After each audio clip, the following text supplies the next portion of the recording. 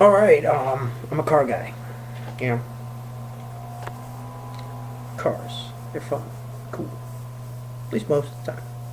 Not a big fan of some of the newer stuff, you know, like those cars you can control from your smartphone. I like the ones that I controlled with my foot that ran to a cable that pulled the carburetor and made the gas go in it. Oh snap! That's high tech, right? Um, I also don't like automatics that much. Manual transmission, all right, you know. And today I'm just going to talk about my favorite mark of car, well, foreign car. I have another favorite that's American, but so today I'm going to talk about MG. MG stands for Morris Garages. They started with a car in 1930?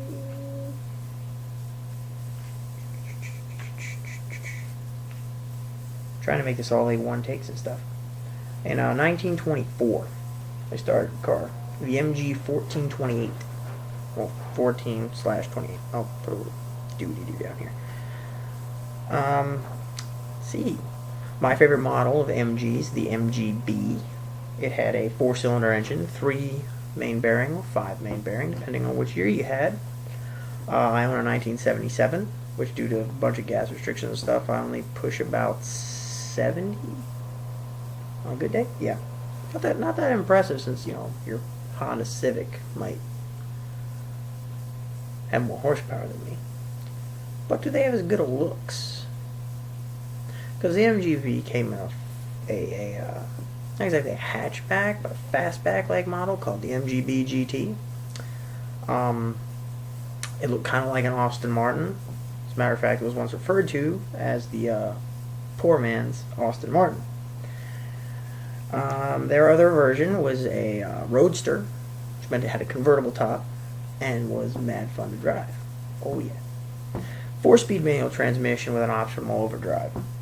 So if you're like, ooh, what is optional overdrive? Why isn't it called a 5-speed? Well, the overdrive unit was electric. It was operated by a switch, and it was kind of like having 4.5 gears. Not exactly a 5th gear. Or top gear, really. But you'd get up to 4th gear, and you'd be going, you know, like 65, and you were idling kind of high because, you know, it's a 4-speed transmission built in the 1960s and stuff, you know. And you'd flip the switch, and your overdrive would come on. And then all of a sudden your RPMs would drop down and you would have a nice cruising speed. Well, the MGB had about 95 horsepower tops when its engine was unrestricted by gas, you know, like the 1960s, the late 60s, since the car started in 62. When they switched to the 5-main engine, which was in the late 60s. They only produced about 110 foot-pounds of torque. Now you're thinking, whoa, I think my Honda gets more than that. Don't care. It's a Honda. Everyone has one. MGBs, I'm like the only one I see running around. But, you know, you think, oh, if you look at a picture one, you'll kind of think, you know, oh, they look like a Mazda Miata. Actually, that's because Mazda Miata based the designs and stuff off of the size of an MGB. Cool, no? So, I prefer the convertible model because it's fun, ride with the top down. Greatest feeling in the world. It's kind of like riding a motorcycle, except for more stable since you have 4 wheels. That and an MGB is kind of hard to flip over. It has a low center of gravity due to the fact that its ride height is only like 5.5 inches. Or at least in my car's year, which was 77. In 74, it was 4 inches flat, thereabouts, because they raised it 1.5 inches in the 1974 because of the crash restrictions in the United States.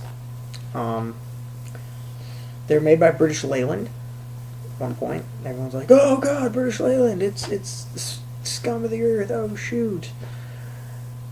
The MG didn't really change much in its 20-odd years of production. Stopped in 1980, so just shy of 20 years. About 500,000 of them were made. Most of them, I think the statistic is 9 out of 10 of them were sent to the United States. Apparently, we Americans love them. These little British cars, they were mechanically, they were great. But they had these electronic system called Lucas. Lucas Electronics has the nickname, much like Ozzy Osbourne, of the Prince of Darkness, because their electronic system wasn't that good. They usually went through a single or double semi-downdraft SU carburetor, because British Leyland contract with them and whatnot. Same carburetors were used on the Datsuns, I believe. A lot of people like to go for the optional Weber downdrafts. They were really good. Oh, well, the original version was kind of finicky, but now the new version is really good. It's a really good carburetor. Of the MGB models, there was also the MGB GT V8. People love the MGB GT V8, which is a mouthful to say. And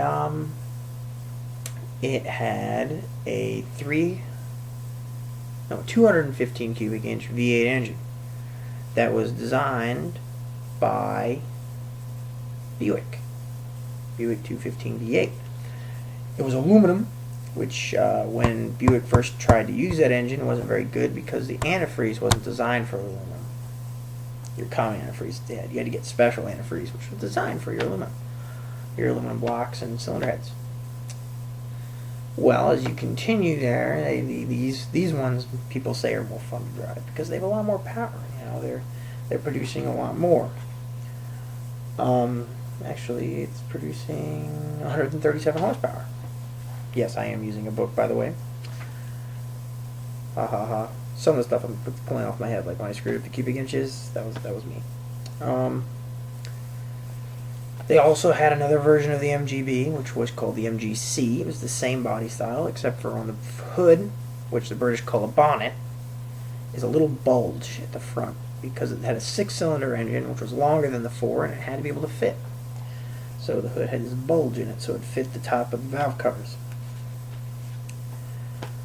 Cars that evolved from the MGB were the Mazda Miata, the Fiat Barchetta was one. I don't think BMW based the M3 off of it, or the Z3, the Z3.